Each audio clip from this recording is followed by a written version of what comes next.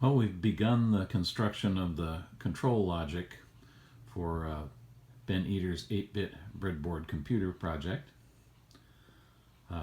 You can see all of the yellow wires here running down both sides of the bus are bringing all of the control lines from all of the modules down to a central location right here. They're all gathered together here. There's an LED associated with each one of them so we can tell which of the control lines is active.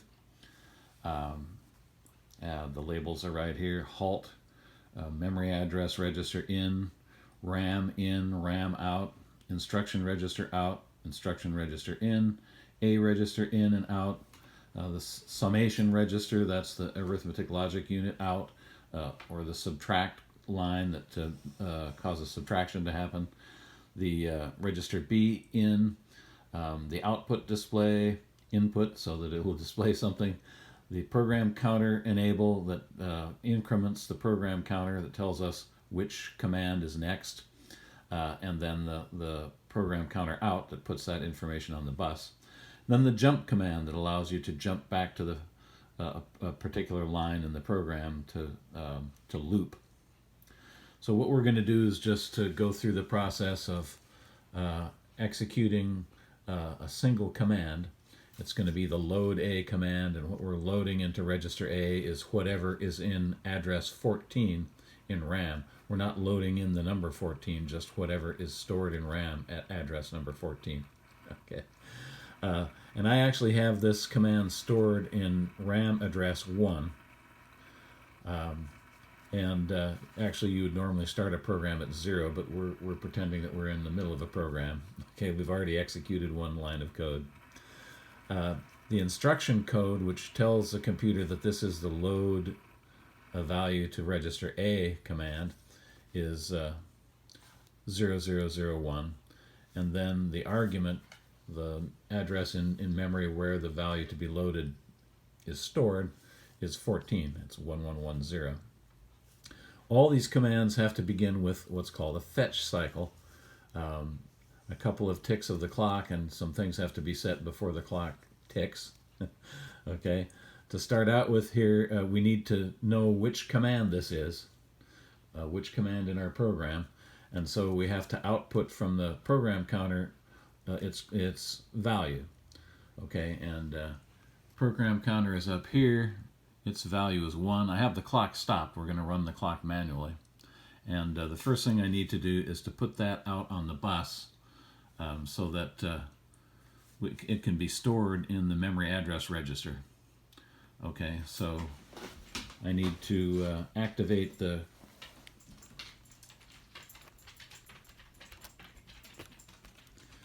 program counter out command. I'm sorry that this is going to look like lots of LEDs are lit up just because this is so bright, but it's only the control program counter out that is illuminated here. We also have to turn on the memory address register in control line here. Okay, and so we can see that the program counter value of 1 got put onto the bus. And in our memory address register, as soon as we make the clock tick once, okay, in our memory address register up here, we can see that we're in location 1, okay, in RAM, and RAM is now displaying what's stored in location 1, which is our command. 0001, which identifies which command it is, load A, and then the argument 1110, which will take us to the 14th address 14 in RAM for the value to put into A. Okay, so we've done the first step here. Now we need to do the next step, so we need to turn off the control signals that are on at the current time.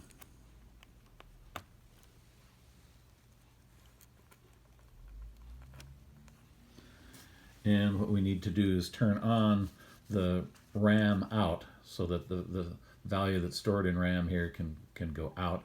And then we need to turn the instruction register to input so that we input the command into the instruction register. Okay, and so I have to turn on RO here. And also II, which is instruction register in. And these things are pretty close together, so.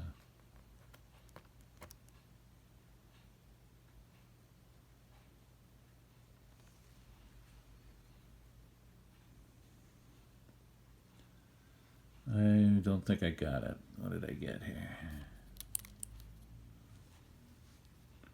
I got register out, and I think I got I out.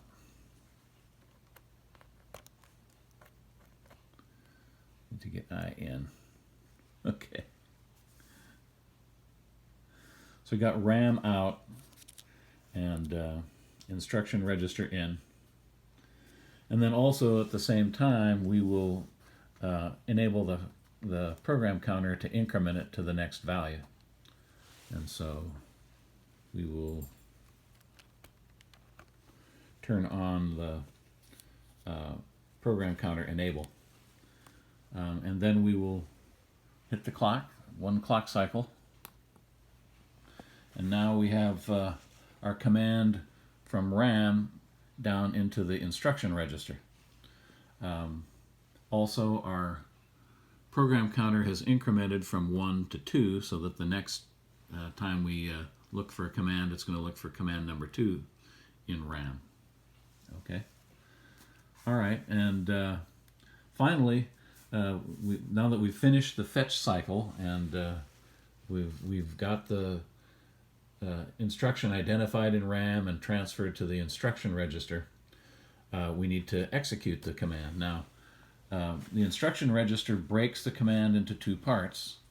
There's the address of the argument for the command, which is whatever is stored in memory location 14, and that value itself will be put onto the bus, not the instruction identifier here of 0001, but just the argument here.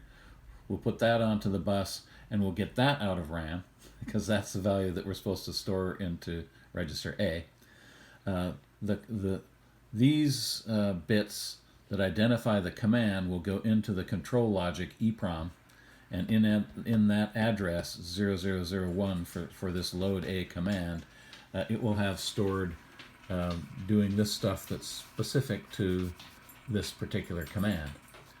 Everything else, the fetch cycle occurs in every command. This is specific to the load A command. Okay, so we need to turn off these things that we have turned on.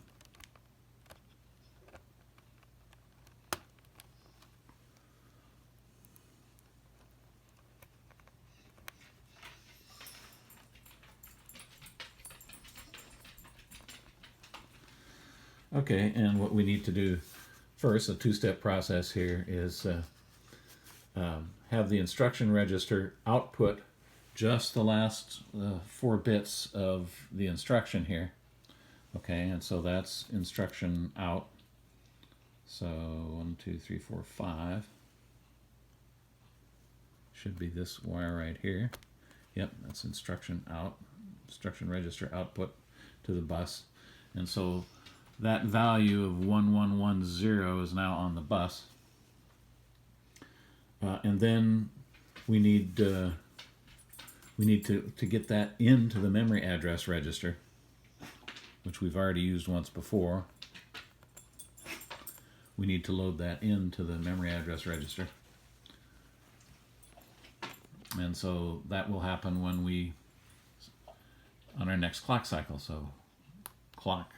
And now our memory address register, which was displaying 1 for the location in RAM where the command was stored, is now displaying 14, and that's where the number is that we want to load into register A.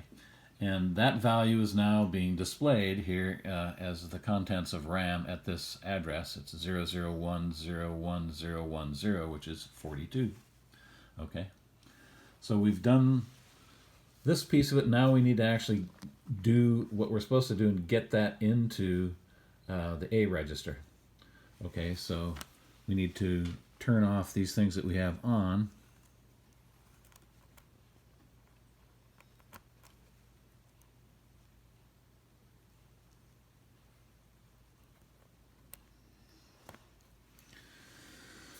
And we need to activate RAM out. So that's RO, which we've also used before. And register A in. So that's 1, 2, 3, 4, 5, 6, 7.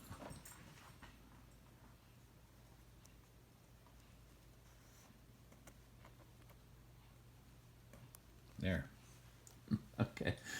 So on the next clock cycle, what we should see happen is that this value that we now have on the bus, which is 42, gets transferred to register A, which is up here. Okay. And so clock cycle, and there it is. 42 is in register A. And of course, the arithmetic logic unit always displays whatever is in register A plus what's in register B if we have it set to add, or minus what's in register B if we have it set to subtract. Well, there's just 0 in register B here, so what we get is 42. And we finished executing the command load into register A what's stored in RAM address 14. Okay, so that's just an example of what the control logic unit will be doing once it's built down here. It'll be using all these control lines, and executing all these different functions in order to execute a single command of the program. And I think that's about it for this part of the control logic build. It's all wiring. Now we actually have to put the EEPROMs and associated chips down here that will do what we just did manually for any command that we have programmed into the EEPROMs.